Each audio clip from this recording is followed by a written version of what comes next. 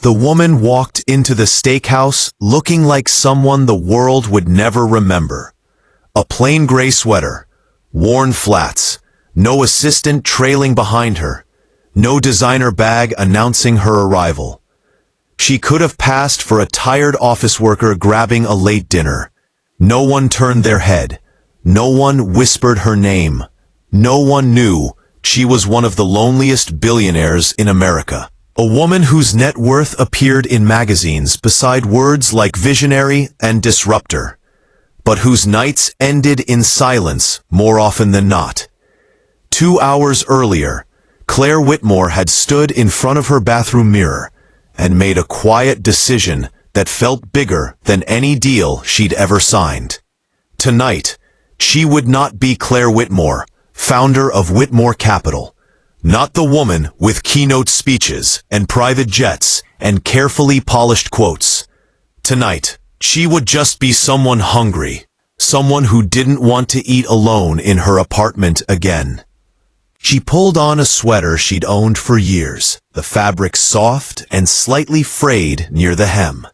Her flats were scuffed, the kind she usually wore on flights when she wanted comfort instead of image.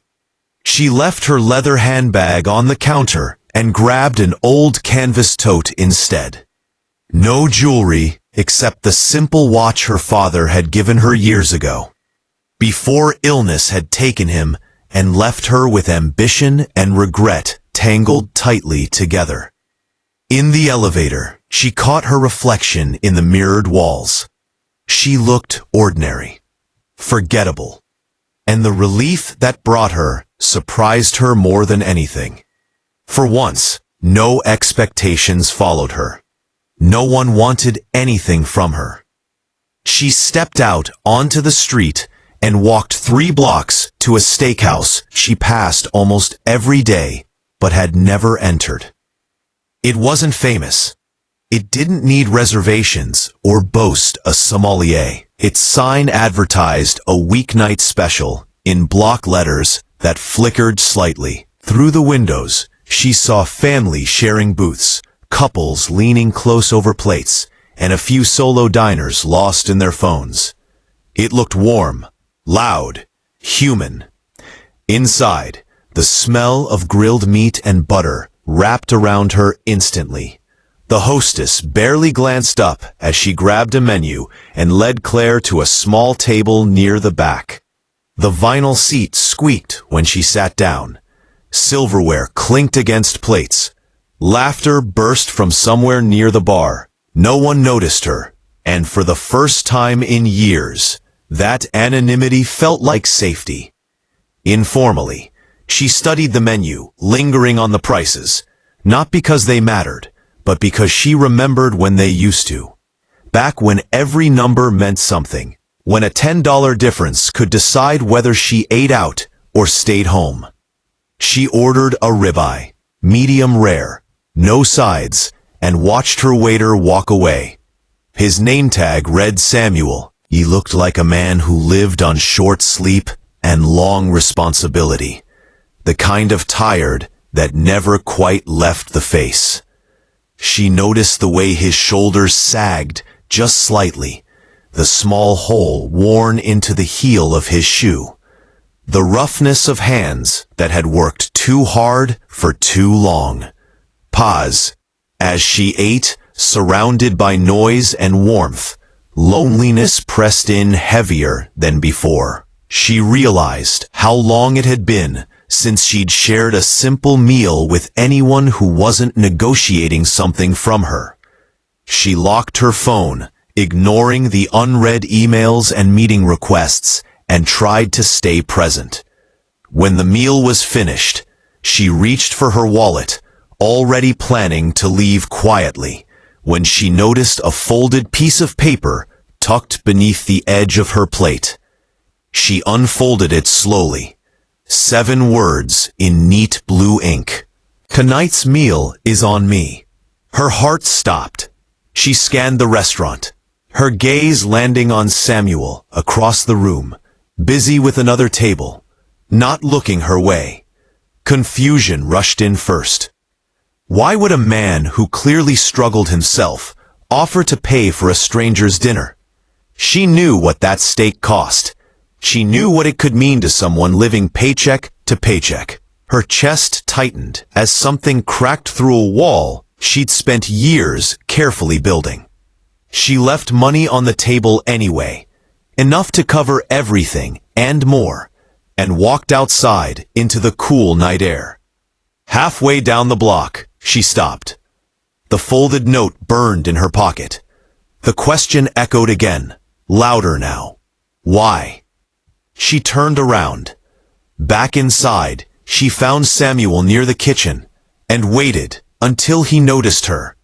When he did, concern crossed his face. She showed him the note, asked why, and he didn't deflect or joke or flirt. He simply said he'd seen that look before. The one that said someone was alone, even in a crowded room. The kind of loneliness that didn't care how much money sat in a bank account. His honesty disarmed her. She told him she didn't need saving. He told her neither did he. But everyone needed reminding that they mattered. And before she could respond, a sharp voice called him away. His manager. Raised voices followed. Public humiliation. A warning loud enough for other diners to hear. Claire watched as Samuel absorbed it silently and returned to work like nothing had happened. Guilt hit her hard. His kindness had cost him something real. She left extra money on the table with a short note asking him not to risk that again, and walked out for the second time that night, her mind racing. At home, surrounded by glass walls and expensive silence, she replayed the evening again and again. She thought about how easily kindness was punished and how rarely it was rewarded. She thought about how someone with almost nothing had given her something priceless, the feeling of being seen. Sleep didn't come easily, neither did peace. Over the next days, Claire found herself thinking about Samuel more than she wanted to admit. Not in a romantic sense, but as a reminder of something she'd lost along the way. Somewhere between building an empire and protecting herself from disappointment, she had walled herself off from the world. Success had given her security, but it had stolen her connection. A week later, she returned to the steakhouse.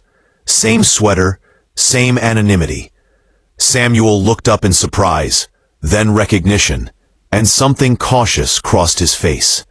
This time, she didn't let him pay. She left a normal tip. Then she came back again the following week, and the next. They didn't exchange personal details at first. Just small talk, careful and respectful. But slowly, stories slipped through. Samuel talked about his daughter, about raising her alone after her mother left, about working nights so he could be there in the mornings. Claire talked about growing up poor, about her father, about building something so big it eventually blocked out everything else. One night, after weeks of ordinary meals and quiet conversations, Claire asked him a simple question. What would he do if money wasn't the problem for once? Samuel laughed at first, then answered honestly. He'd go back to school, finish the degree he'd started before life got in the way. Give his daughter a future that didn't require her to be as tired as he was. Claire nodded, said nothing, and paid her bill. 3 months later, Samuel received an email from a scholarship fund he'd never applied to, offering full tuition and a stipend for living expenses. No publicity, no press release, just an opportunity.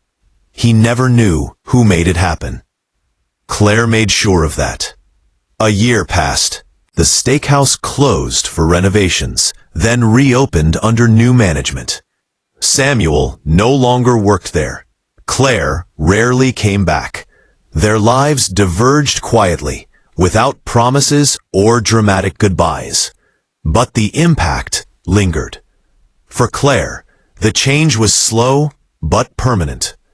She started mentoring instead of just managing. She showed up in rooms where her money wasn't the point. She built programs that focused on people, not profits. The loneliness didn't vanish overnight, but it softened. It made room for purpose.